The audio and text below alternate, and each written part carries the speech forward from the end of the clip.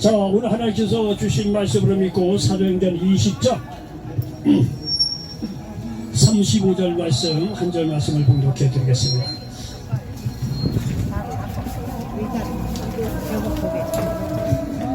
자, 사도행전 20장 35절 한 절 말씀입니다. 봉독해 드리겠습니다. 범사에 여러분에게 모범을 보여준 바와 같이 수고하여 약한 사람들을 돕고 또 주 예수께서 친히 말씀하신 바 주는 것이 받는 것보다 복이 있다 하심을 기억하여야 할지니라. 자, 아멘. 자, 우리 전우자 계신 분들과 예수님의 이름으로 사랑하고 축복합니다. 인사 좀 나누시기 바랍니다. 예수님의 이름으로 사랑합니다. 자, 이 앞에는 잘하시는데 뒤에는 이제는 더 잘하시는 것 같아요. 저 뒤에 있는 분들도 예수님의 이름으로 사랑하고 축복합니다. 인사 좀 나누시기 바랍니다. 저 뒤에 잘 들립니까? 자, 저도 예수님의 이름으로 여러분 사랑하고 축복합니다. 자, 저는 우리 사도행전 20장 35절 말씀을 배경으로 해서 따라서 해보시기 바랍니다. 나눠주려고 살아보면 어떨까요? 나눠주면 살아보면 어떨까요? 자, 저 뒤에 분들도 다시 한번 나눠주려고 살아보면 어떨까요? 나눠주려고 살아보면 여러분이 지금까지 말이야 맨날 받는 인생이었다고 한다면 한번 인생을 바꿔보자 이거예요. 예수님의 이름으로 살아고 받고 말이야 구원을 받은 사람으로서 이제는 나눠주는 인생으로 바꿔버리면 우리의 인생이 어떻게 변하는지 놀라운 기대가 일어나지 않느냐 이런 얘기예요. 성경은 처음부터 끝까지 다 나눠주는 인생이에요. 왜? 하나님께서 우리에게 모든 것을 주셨는데 우리가 말이죠 뭐 그 일부를 떼서 이웃을 위해서 말이죠 예수님의 이름으로 나눠주지 못할 이유가 어디 있느냐 이거예요.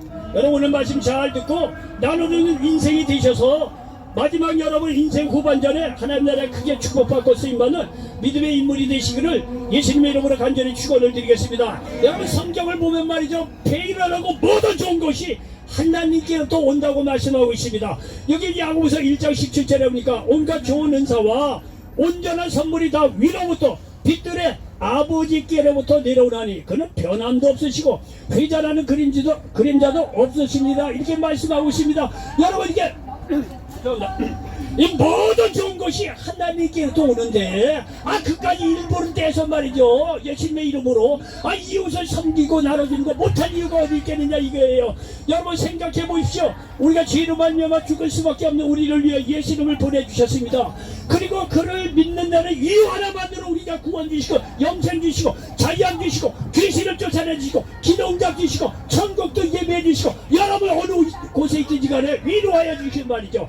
평강을 더하여 주시는데 그 일부를 떼서 말이 모든 것을 다 주셨는데 이 일부를 떼서 이웃을 위해서 섬기다 못한 이유가 뭐가 있느냐 이거예요. 충분히 할 수 있다는 사실을 믿으시기 바랍니다. 여러분들요 가끔다 텔레비 보게 되면 우리는 그래도 어느 정도 잘 살아가지고요 이게 텔레비에 못 사는 나라들 보면 은근하게 그런 게 있어요. 이거 되게 못 사네. 이거 그렇다고요. 근데 말이죠 이 못 사는 나라들 쭉 보여주는데 시골 풍경을 대체적으로 보여주죠. 그런데 말이죠 이게 못 사는 나라가 말이야 시골 풍경을 다 보여주는데 근데 거기에 있는 사람은 말이죠 있는 것을 족한 줄로 알고 이웃하고 말이죠 서로 나눠주고 정답게 살아가는 것을 모습을 봤을 때 우리도 말이야 생각하는 것이 이렇게 떠오르는 게 있어요. 왜? 우리도 어렸을 때 정말 이 나라가 가난할 때는 정말 나눠주고 베풀고 말이죠 이웃하고 말이야 정답게 그렇게 행복하게 살았던 기억들이 있어요. 다 없어진 건 아니지만 그래도 말이죠 대부분 그런 경우가 얼마나 많이 사라졌어요. 이제는 우리나라도 말이죠 좀 살다 보니까 말이죠 이웃도 없어 나눠주는 거 없어 그냥 자기 거 말이죠. 이 나라가 사랑이 없고 말이죠 정이 메말라가는 나라가 되었어요. 예? 여러분 이렇게 못 살지만 말이죠 그 없는 속에서도 이웃을 나눠주고 베풀어서 정답게 살아가는 그런 못 사는 나라의 시골 풍경을 보면은요 정말 우리가 말이죠 무엇을 위해서 어떻게 살아야 될까 다시 한번 생각할 필요가 있다는 것을 기억하시기 바랍니다. 여러분요 이렇게 말이죠 이런 거를 생각해 봤을 때 부자가 되어야만 행복하다는 것은 아닌 것 같다는 거예요. 여러분 행복은요 많이 가진 것보다 얼마나 이웃과 나눌 수 있는 것인가에 달려있다고 말할 수가 있습니다. 그렇지 않습니까? 저희가 뭐 정말 지난날 가난하게 살 때는요 이웃하고 나눠주고 베풀어 얼마나 청이 좋았습니까. 이제는 이 나라가 말이야 잘 사라져서 말이야 시골에 가도 인심 찾아보기 힘들다는 거예요. 사랑이 점점 메말라가고 정이 없는 시대가 돼가. 돈이 있으면 뭐합니까. 이렇게 정이 메말라지고 나눠주기 싫어하는 이 나라가 이렇게 되었는데 말이죠. 여러분 이런 걸 생각할 때 오늘 본문도 행복이라는 것은 그런 게 아니라는 거예요. 많이 가졌다는 것보다 얼마나 이웃과 나눌 수 있는가에 달려있다는 거예요. 그래서 오늘 본문 말씀도 그 얘기를 지금 하고 있잖아요. 사도행전 20장 35절에 보니까 범사에 여러분에게 모범을 보여준 것과 같이 수고하여 약한 사람들을 돕고 또 주 예수께서 친히 말씀하신 바 주는 것이 받는 것보다 복이 있다 하심을 기억하여야 할지니라 말씀하고 있습니다. 이 얘기는 성령 충만한 사도 바울이 기록한 말씀인데 자기가 하나님 일을 하면서 약한 사람들을 도왔다는 거예요. 그리고 하나님께서 언젠가는 예수님께서 자기에게 친히 말씀하신 게 있는데 주는 것이 받는 것보다 복이 있다 하심을 기억하여야 할지니라 이렇게 기록해 놓는 것을 볼 수가 있습니다. 주는 것이 받는 것보다 낫다는 거예요. 흩어 구제하고 나눠주는 것이 그게 복되다는 거예요. 받는 것보다. 여러분 다 그런 건 아니겠지만 지금까지 내 삶이 맨날 받기만 한 인생이었다고 한다면 이제는 말하자면 오늘 말씀을 듣고 나눠주는 인생으로 바꾸어 보시기 바랍니다. 그런 사람에게 하나님께서 놀라운 축복을 더하여 준다는 사실을 믿으시기를 바랍니다. 여러분 성경을 보면 말이죠 많은 사람들이 이웃에게 나누어 주어서 축복의 삶을 산 것을 볼 수가 있습니다. 우리가 꼭 축복을 받기 위해 나누는 것은 아닙니다. 그러나 이웃을 위해 나눠주는 삶을 살다 보니 축복의 삶을 살았다고 성경은 기록하고 있습니다. 여러분 창세기 18장에 보면 말이죠 아브라함은 평소에 손님 접대를 잘했던 인물입니다. 그가 어느 날 지나가는 손님을 친절하게 자신의 집으로 초대해서 식사를 제공합니다. 여기 창세기 18장 1절 이하에 보니까 여호와께서 마므레의 상수리나무 들이 있는 곳에서 아브라함에게 나타나시니라. 날이 뜨거울 때 그가 장막문에 앉아있다가 눈을 들어본즉 사람 셋이 맞은편에 서 있는지라.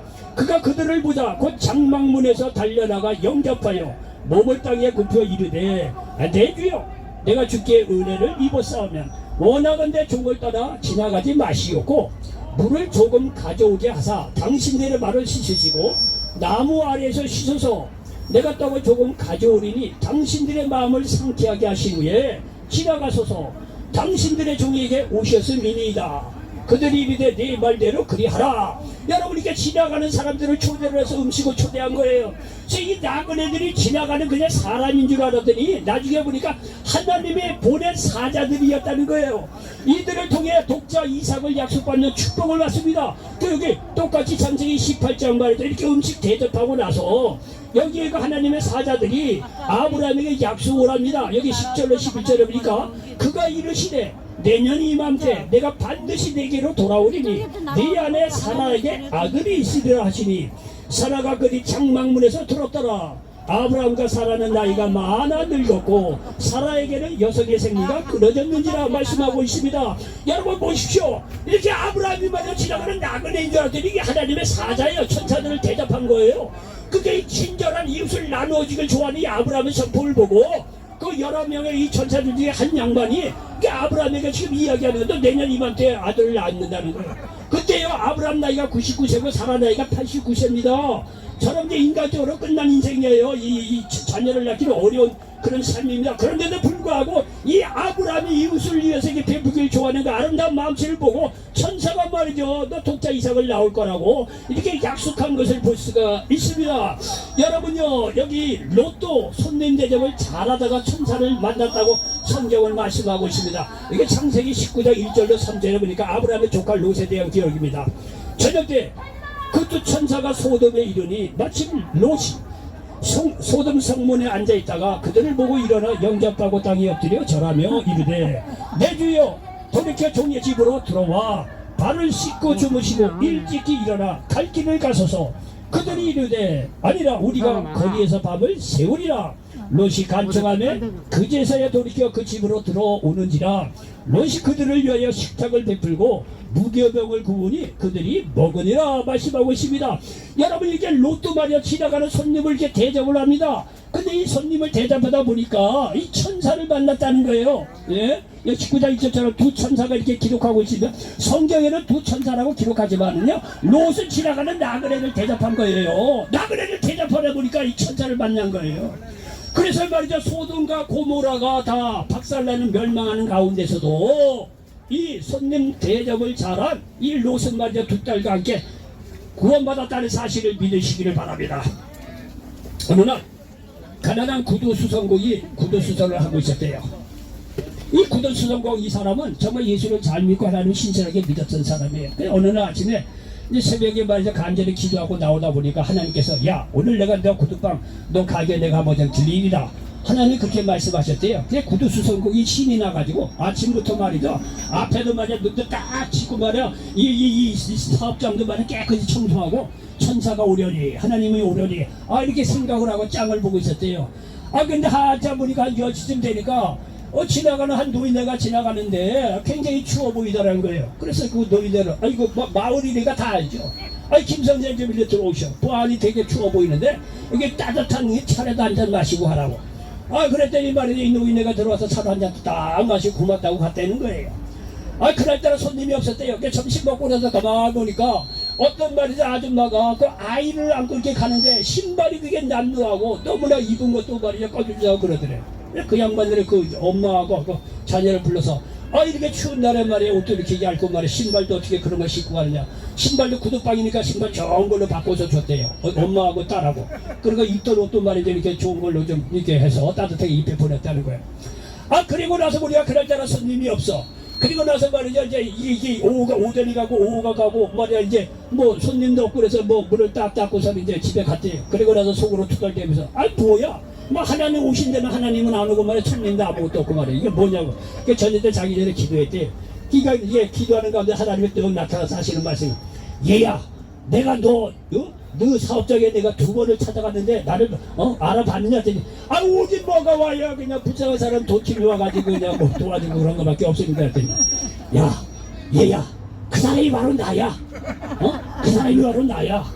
여러분요, 믿는 사람들은요 여러분이 사람을 대접하는 것 같죠? 근데 그 사람이 여러분을 도우려고 하나님께서 보내 천사일 수가 있어요.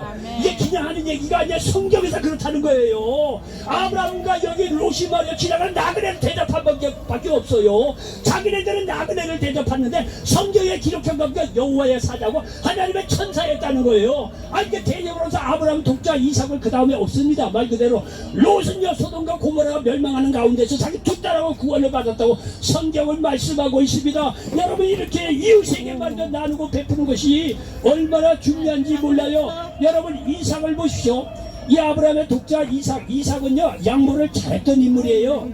창세기 26장에 보면 말이죠, 이삭이 가는 곳마다 우물을 팠는데 우물 팔 때마다 말이야 물이 나오는 거예요.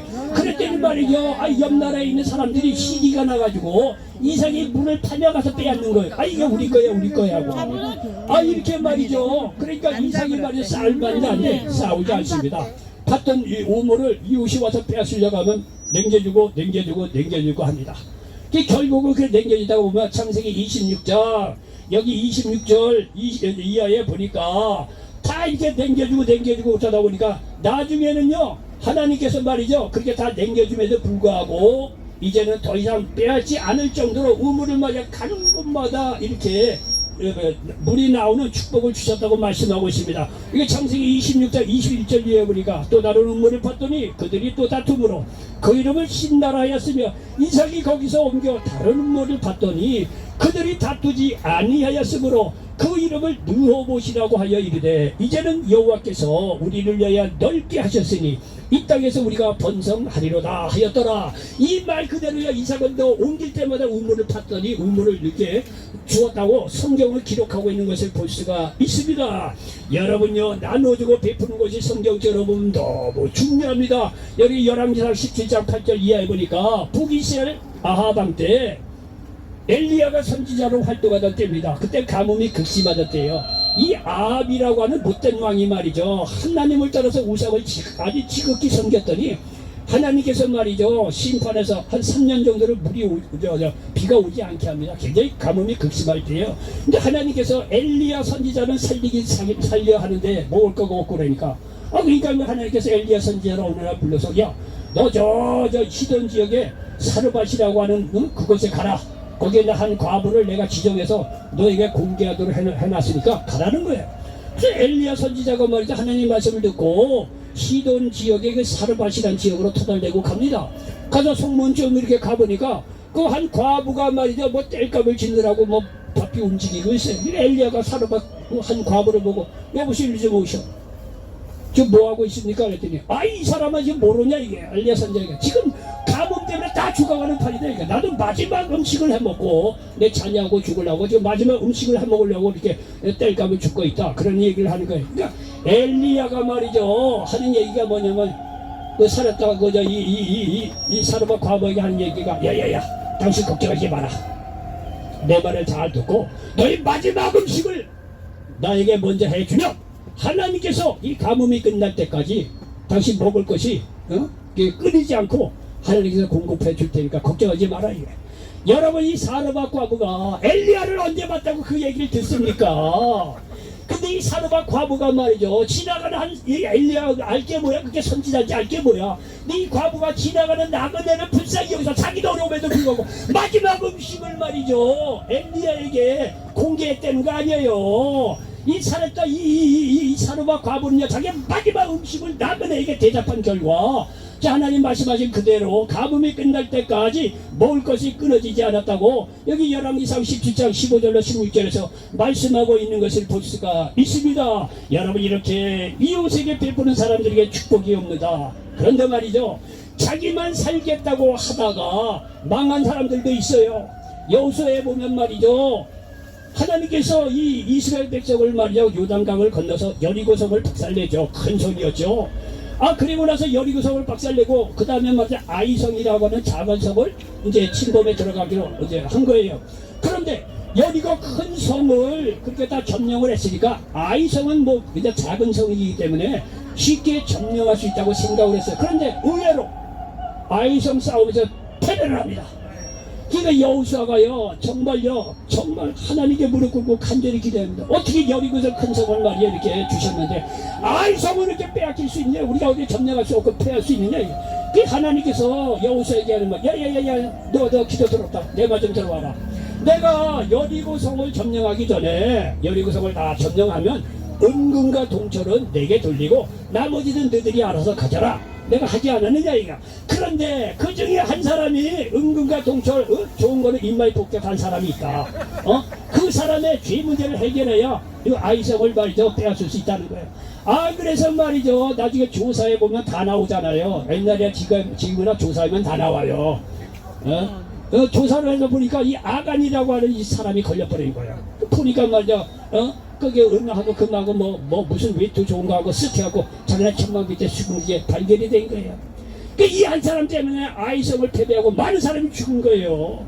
그러니까 하나님께서 아간을 비롯해서 그 가진 거를 다 처단하고 나서 아이성을 점령할 수 있었다고 성경은 말씀하고 있습니다. 자기만 살겠다고 하면 이제 망하는 거예요. 여러분요 엘리사의 종 게하시라고 하는 이제 이 종이 있었어요. 열왕기하 6장에 보면 엘리사가 말이죠 아람 나라 군대장이었 나아만이 문둥병에 걸려갖고 엘리사에게 고침을 받으러 옵니다. 엘리사가 말이죠 여기 나아만 장군에게 야야 저 요단강에서 퐁당퐁당하면 뭐 고칠 거다. 그래갖고 그 말대로 요단강에서 퐁당퐁당 몇 번 했더니 나아만이 깨끗이 나았어요. 그러니까 이 아람 나라 이 나아만 장군이 얼마나 고맙겠어요. 오기도 전에도 금은이고 말이죠 보물 주려고 바리바리 싸갖고 왔는데 이게 고침을 받았으니 얼마나 고마워. 그러니까요 나아만 장군이 엘리사 선지에게 내가 당신 나를 이렇게 고쳐주셨는데 내가 어떻게 빈손으로 갈 수 있느냐? 이래가지고 말이죠 내가 뭐 좀 드릴 걸 이렇게 갖고 왔으니 좀 받으시라고. 그러니까 말이죠 엘리사가 말이죠 그거 뭘 선물을 갖고 오냐 선물 1원 하나 땡겨 안 받고 말이죠 나만을 돌려버립니다. 필요 없다고. 잘은 모르지만 자기도 하나님께 거저받은 거니까 거저 은사를 베푼 것도 있고 그 아람 나라하고 이스라엘하고 적대 관계 있거든요. 그 근데 나만이 아람나라의 넘버원 장군이란 말이에요. 이 사람을 병을 고쳐주고 빈손으로 보냈으면 신세를 은혜를 입은 거 아니에요. 그러니까 자기 나라를 침범하지 않을 거 아니야 이거예요. 예? 다 이 나만의 계산이 있기 때문에 이 엘리사는 다 계산이 있기 때문에 공짜로 보낸 거예요. 아 이런데 말이죠. 이거를 보통 이 하인이 이 종이 게하시가 가만 보니까 병을 고쳐준 애들 보고 땡전 한 번 안 파도 이게 이 종이 게하시가 말이죠. 이 엘리사의 그런 나라를 생각하는 그런 것도 다 계산도 안 하고 말이죠. 그냥 보내? 이럴 수는 없지. 그래서 이 엘리사의 좀 게하시가 말이죠. 나중에 쫓아가요. 나만 장군에게 가서 우리 생각해보니까 우리 선지자 엘리사가 누가 뭐 찾아와서 좀 도와줘야 되는데 물질이 좀 필요합니다. 그래서 물질을 좀 받으러 오라고 했어요. 거짓말 하는 거예요. 그러니까 나만의 그 얘기를 듣고 뭐 그만하고 좀 이제 줬다는 거 아니에요. 근데 나중에 엘리사에게 이게 발각이 돼요. 뽀록나요. 조사하면 다 나와요. 착하게 살아야 돼요. 그래서 말이죠. 이 엘리사 선지자에게 발각돼서 나만에게 있던 나병이 게하시에게 옮겨지게 됩니다. 이 열왕기하 6장 26절 27절에 보니까 엘리사가 이르되 한 사람이 수레에서 내려 너를 맞이할 때 내 마음이 함께 가지 아니하였느냐. 지금이 어찌 은혜를 받으며 옷을 받으며 감람원이나 포도원이나 양이나 소나 남종이나 여종을 받을 때이냐. 그러므로 나만의 나병이 내게 들어 내 자손에게 미쳐 영원토록 이르기다 하니 게하시가 그 앞에서 물러나오매 나병이 달하여 눈같이 되었더라. 여러분 자기만 살겠다고 하면 죽는 거예요. 그 초대교회에 보면은요 사도행전 5장에 보면 아나니아와 삽비라 부부가 있어요. 가만히 보니까 많은 사람들이 와서 재물을 드려서 이게 제자들의 발 앞에 두면 그걸로 말이죠 가난한 사에게 나눠주고 굉장히 좋거든요. 그러니까 말이죠 이 아나니아 삽비라가 우리도 재산을 팔아서 좀 이렇게 선한 일을 합시다. 그게 부부가 딱 이제 의견이 일치가 됐어. 근데 거기까지는 좋았어요.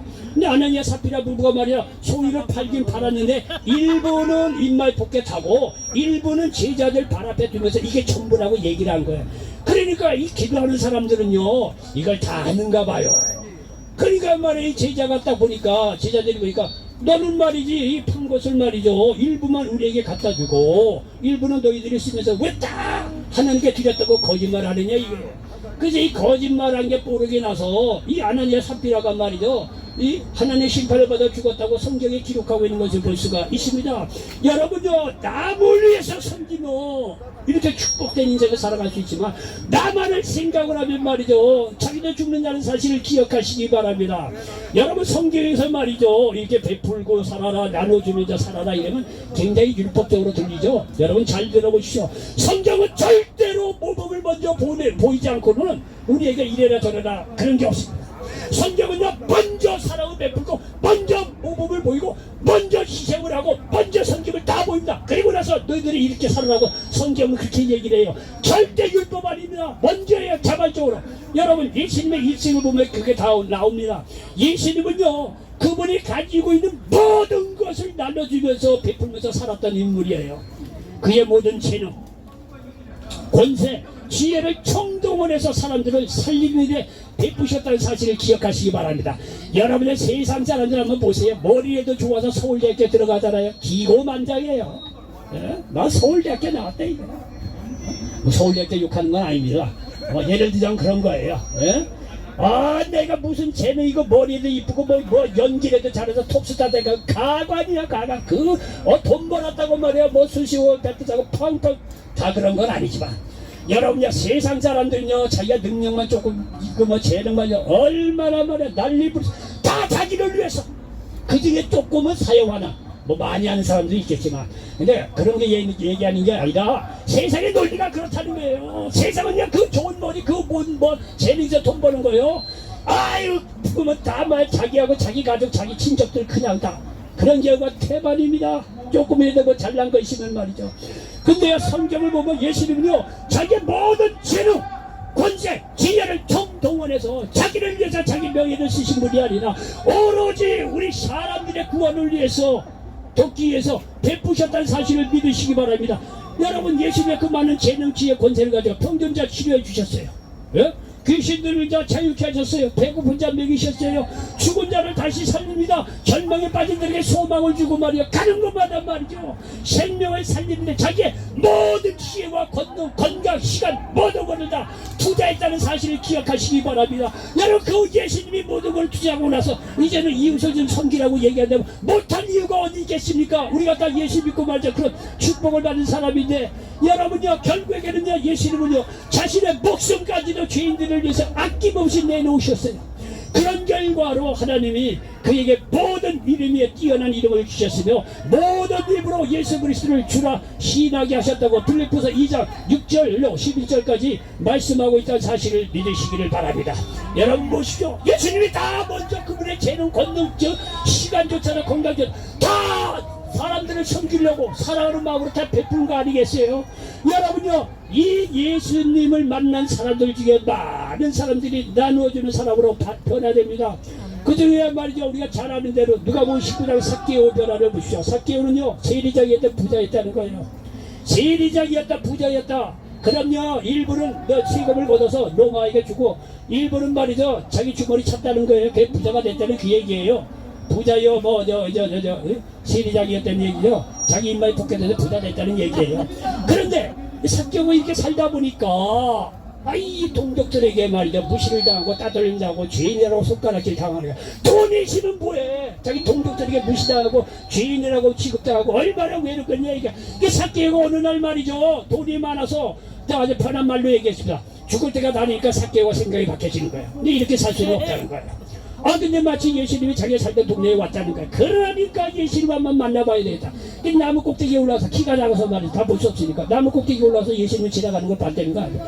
예수님하고 눈이 딱 맞추신 거야. 그러니까 예수님이 말이야 삭개오를 보는 사람 그 간절한 마음으로 읽으셔서 오늘 내 집에 유하여야 하겠다는 거야. 거기에 사람이 얼마나 많았겠어요. 예수님 가는 곳보다 수많은 사람이 많은데 삭개오를 딱 지나가서 부른 거야. 여러분 오늘도 저는 여기서 목놓아 있으죠. 여러분 그런 사람은 뭐 여기 뭐 80년 100년 이렇게 돼요. 이 중에 어느 하나님의 말씀이 그 안에 들어가서 변화될지 모르는 거야. 있을 거라고 여기에서도요. 아멘. 여러분 많이 왔지만 오늘 말씀을 듣고 나 정말 하나님 말씀을 듣고 나 이렇게 살아야 돼. 결단을 내리는 사람이 한 사람이든지 두 사람이든지 모르는 일이에요. 여러분 100명이 다 그럽니다. 그렇게 산다. 그렇게는 쉽지 않을 거예요. 그러나 여러분 중에서도 한 명이지 누구지 삭개오 같은 사람이 있을 거예요. 예수님 만나고 나서 삭개오가 예수님을 만나잖아요. 그러니까 예수님 오늘 내 집에 유하여야겠다. 그 삭개오 집에 들어가서 말이야 천국 얘기를 쫙 하는 거 아니겠어요? 얼마나 감사하겠습니까? 얼마나. 여러분 오늘날도 말이야 인기 있는 스포츠스타 한번 개인적으로 만나면 난리 부르세요. 말이야 공항에 쫓아다니 못 쫓아다니. 여러분 그 당시 예수님 만나고 싶어하는 사람이 얼마나 많겠어요. 내 삭개오를 지명해서 불러서 삭개오의 그 마음에 갈급한 걸 알고 여러분들은 마음에 갈급할 때 오늘요 예수님께서 성령으로 오셔서 지명해서 여러분 마음을 부르신다는 사실을 믿으시기를 바랍니다. 여러분께 예수님을 만난 삭개오가 하나님의 말씀을 듣고 변화를 받잖아요. 여기 누가복음 19장 8절에 보니까 삭개오가 서서 주께 여짜오되 주여 보시옵소서 내 소유의 절반을 가난한 자들에게 주겠사며 만일 누구의 것을 속여 빼앗은 일이 있으면 네 갑절이나 갚겠나이다.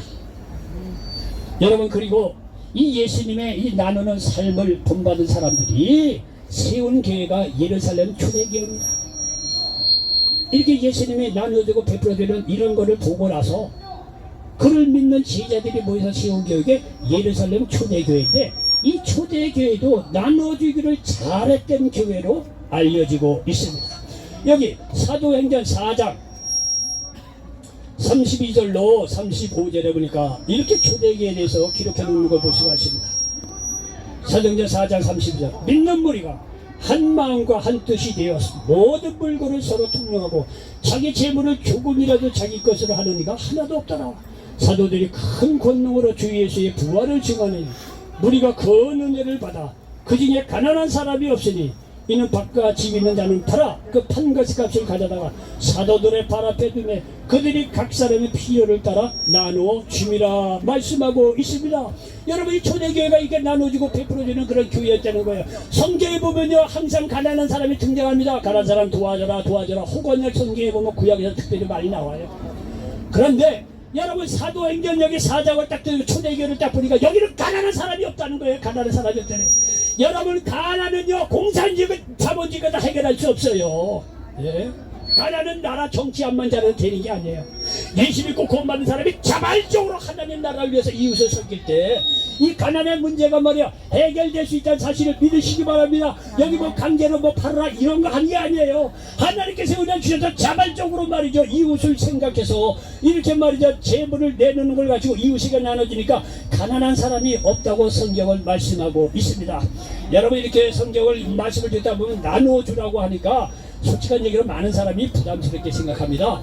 야 이거 예수 믿으면 가난한 사람을 나눠주라고 하는데 내 재산을 다 팔아 가난한 자들에게 주어야 하는 거 아니야? 그러면 이거 너무 힘든데?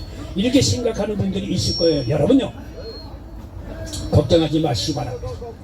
재산을 다 팔아 가난한 자들에게 주어야 하는 이 은혜는 보통 사람에게 주는 은혜가 아닙니다. 하나님에게서 특별한 사람에게만 주는 은혜예요. 또 실제적으로 그렇게 하는 사람들도 있어요. 기독교 역사에도 봐도 자기의 모든 재산을 다 팔아서 수도원 짓고 평생을 하나님을 헌신하면서 살아갔던 사람들도 있어요.